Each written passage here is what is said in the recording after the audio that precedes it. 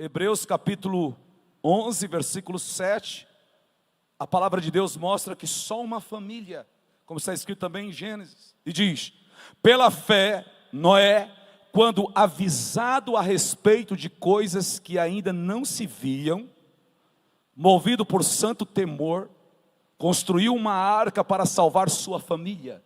Por meio da fé, ele condenou o mundo e tornou-se herdeiro da justiça, que é segundo a fé. Amém? Quantos aqui têm fé? Temos fé no Deus verdadeiro, não no Deus com D minúsculo. Então está escrito, na segunda sessão de Isaías 42, versículo 25, que o Senhor Deus, Ele vai quebrar o silêncio. E Ele se torna um valente, emitindo gritos. Como é que um rei partia para a guerra? Gritando. E Ele vai emitir gritos. Nós já lemos o versículo 13 ao versículo 17, eu não vou ler novamente, Isaías 42, 13, verso 17. Então Ele emite gritos, como a mulher em dia de parto, gritos, geme. Então Ele está ali, vamos pegar uma palavra que a gente entende, cheio de ódio, cheio de ira. Por quê? Imagine, se coloque no lugar de Deus. Deus envia o seu filho para morrer em prol desse mundo pecador. O filho dele é espancado, moído, pregado, ressuscita, passa 40 dias andando sobre a terra, ensina os seus discípulos, mais de 500 pessoas veem Cristo ressuscitado. 1 Coríntios capítulo 15, versículo 6 diz, mais de 500 pessoas viram Jesus depois que Ele ressuscitou. Está escrito. Depois disso apareceu a mais de 500 irmãos de uma só vez. Foi um culto.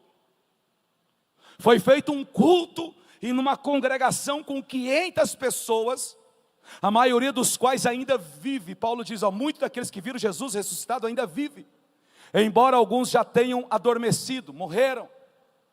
Então mais de 500 pessoas de uma só vez viram Jesus ressuscitado. Aleluia! E aí, pregam-se a palavra, mas rejeitam a verdade. Porque querem viver na carne. Jesus ressuscita Lázaro diante dos olhos de todo mundo, depois de 4 dias enterrado. Jesus o ressuscita. Lázaro agora está testemunhando, eu era aquele homem que foi enterrado lá, naquela cova lá, fui eu estou aqui vivo. Foi esse homem aí que me ressuscitou. Em João capítulo 12, me ajuda aí no capítulo 12, acho que no versículo 9 ou 10 ou 11 ou 12, está bem aí.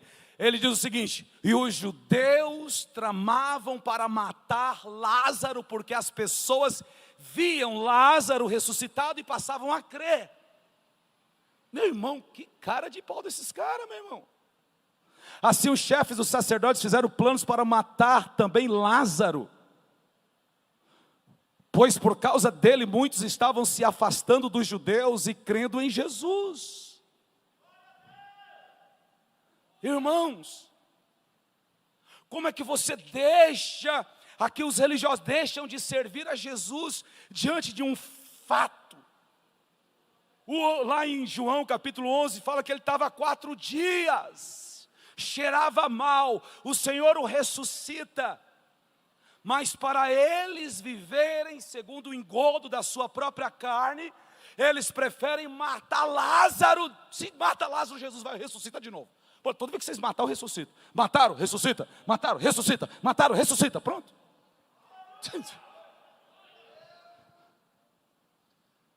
Então o que vem acontecendo de lá para cá?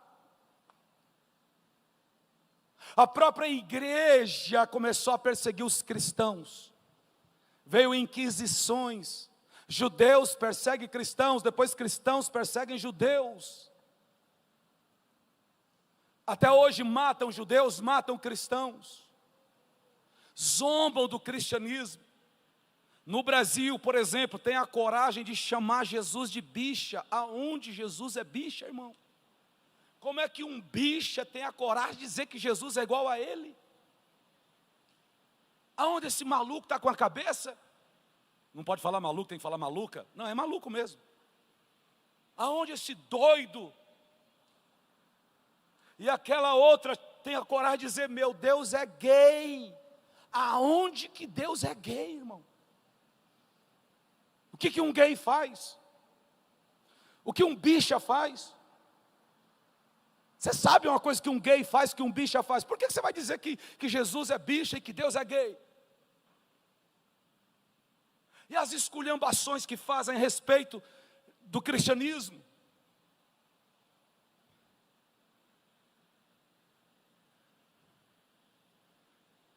O que as nações fazem?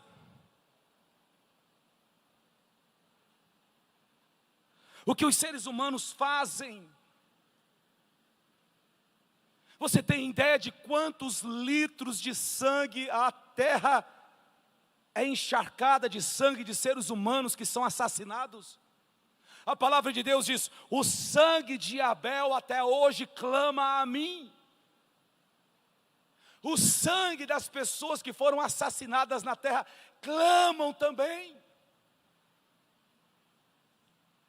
Quantas crianças foram estupradas? Mulheres estupradas, espancadas. A corrupção e um monte de coisas. As pessoas não querem nada com Deus. Sabe quando elas se voltam para Deus? Quando as coisas apertam, mas no futuro nem isso vai acontecer. Na pandemia de 2020, vocês viram a população mundial que achava que a morte não existia. Parece que a morte nunca existiu. E elas começaram a ficar com medo.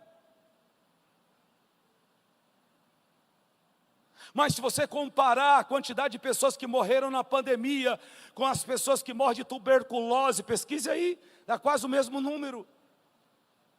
Pessoas que morrem de tuberculose no Brasil, que morrem de outras doenças, de outros vírus.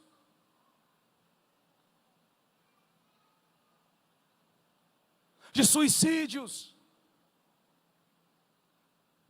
As religiões zombando de Deus. As pessoas zombando de Deus. E Deus está vendo tudo isso. Quantas pessoas estão clamando por justiça. E Deus está pacientemente aguardando isso. Não sei se é segundo Pedro capítulo 3, versículo 9. Olha o que Pedro vai dizer, inspirado pelo Espírito Santo. Então Deus está falando pela boca do apóstolo Pedro. O Senhor não demora em cumprir a sua promessa, como julgam alguns. Ao contrário, Ele é paciente com vocês, não querendo que ninguém pereça, mas que todos cheguem ao arrependimento. Versos 10. O dia do Senhor, porém, virá como um ladrão. Não é aquele ladrão, como um ladrão. Ladrão avisa que vai te roubar? Avisa que vai chegar de madrugada na tua casa para te roubar? Não, senão se armavam as armadilhas. O dia do Senhor, porém, virá como ladrão. Ele vem de repente. Os céus desaparecerão com um grande estrondo. Os elementos serão desfeitos pelo calor. E a terra e tudo que nela há será desnudada. Versículo 11, visto que tudo será assim desfeito, que tipo de pessoas é necessário que vocês sejam? Ele pergunta, vivam de maneira santa e piedosa. Versos 12, esperando o dia de Deus e apressando a sua vinda. Só tem um jeito de apressar a vinda de Deus. Como? Sendo santos. Naquele dia os céus serão desfeitos pelo fogo, e os elementos se derreterão pelo calor. Então toda injustiça que está acontecendo no mundo, o nosso Deus vai tocar fogo, Ele vai queimar. Fala comigo, eu tenho a esperança que Deus vai trazer justiça sobre essa terra.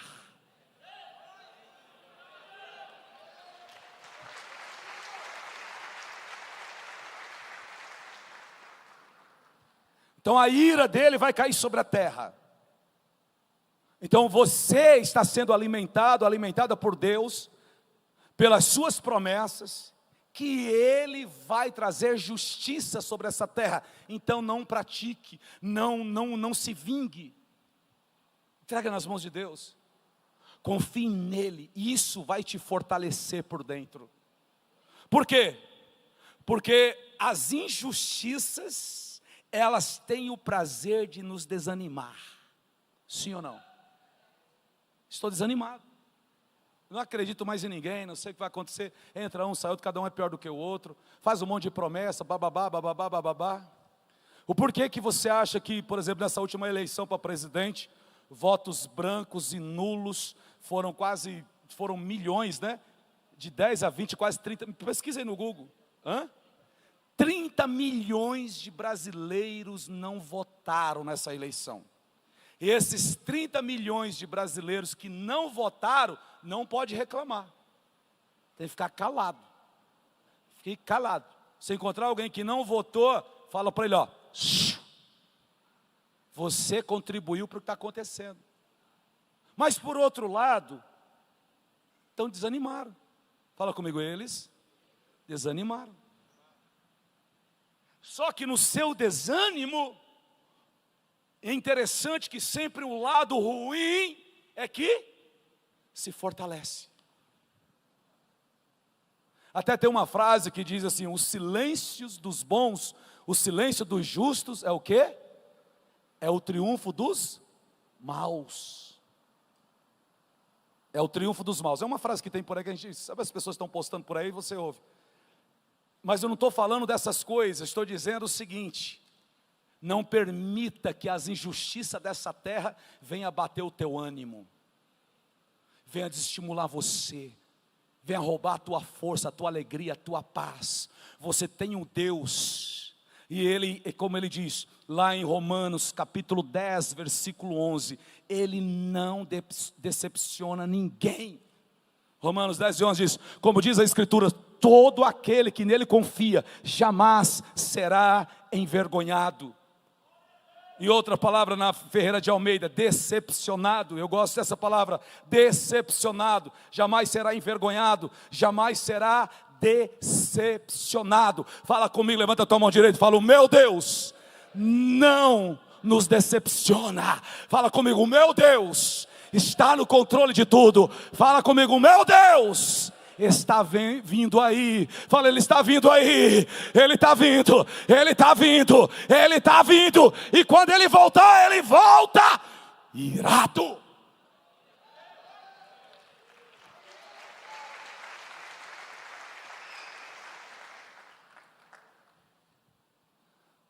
Posso ler uns versículos com vocês para a gente orar? Que a hora já avançou, eu prometi que tem que terminar mais cedo. Fala comigo, as 7 taças da ira de Deus. É como aquela cantora diz: não, vai acontecer apocalipse não, a gente vai fazer o quê? Ela falou uma letra, uma palavra. Macetar. Macetar. Macetando. Vamos macetar o apocalipse, não é isso? Mas rapaz, vamos ver. Tá certo. Vamos ver se você vai macetar o apocalipse. Vou ler para você, que chegue para a tela. Ou talvez se chegasse, Apocalipse 16, tu vai ver o que vai acontecer. Vai nessa aí, minha filha. Era mais uma que estava com medo de um vírusinho invisível, e agora está dizendo que vai macetar o apocalipse. Onde é que tu estava na pandemia? Me diga. Eu já sei. Fique em casa. Não era uma delas? Fique em casa, fique em casa. E os outros vão comer o quê? Fique em casa. Estava com medo do vírus,